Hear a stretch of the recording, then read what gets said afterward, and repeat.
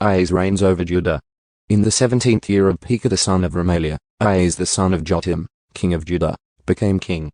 Ahaz was 20 years old when he became king, and he reigned for 16 years in Jerusalem. And he did not do what was right in the sight of the Lord his God, as his father David had done. But he walked in the way of the kings of Israel, and he even made his son pass through the fire, in accordance with the abominations of the nations whom the Lord had driven out before the sons of Israel. And he sacrificed and burned incense on the high places, on the hills, and under every green tree. Then Rezin the king of Aram and Pekah the son of Remaliah, king of Israel, went up to Jerusalem for war. And they besieged Ahaz, but were not capable of fighting him. At that time Rezin king of Aram restored Elath to Aram, and drove the Judeans away from Elath. And the Arameans came to Elath and have lived there to this day. Ahaz seeks help of Assyria. So Ahaz sent messengers to Tiglath-Pileser king of Assyria, saying, I am your servant and your son. Come up and save me from the hand of the king of Aram, and from the hand of the king of Israel, who are rising up against me.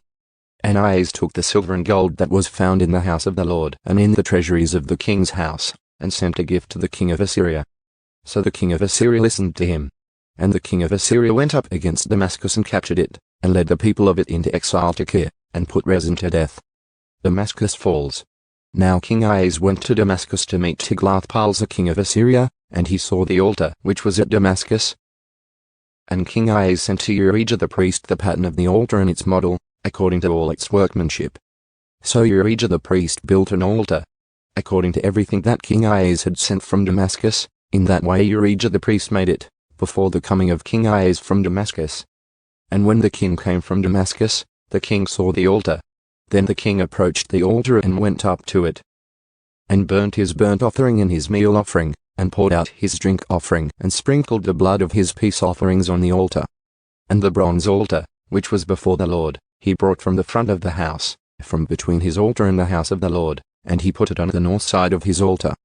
Then King Ahaz commanded Urijah the priest, saying, Upon the great altar burn the morning burnt offering, the evening meal offering, the king's burnt offering and his meal offering, with the burnt offering of all the people of the land, their meal offering, and their drink offerings. And sprinkle on it all the blood of the burnt offering and all the blood of the sacrifice. But the bronze altar shall be for me, for making inquiries. So Urijah the priest acted in accordance with everything that King Ahaz commanded. Then King Ahaz cut off the borders of the stands, and removed the wash basin from them. He also took down the sea from the bronze oxen which were under it and put it on a pavement of stone. And the covered way for the Sabbath which they had built in the house, and the outer entry of the king, he removed from the house of the Lord, because of the king of Assyria. Hezekiah reigns over Judah. Now as for the rest of the acts of Ahaz which he did, are they not written in the book of the Chronicles of the kings of Judah? So Ahaz lay down with his fathers, and was buried with his fathers in the city of David. And his son Hezekiah reigned in his place.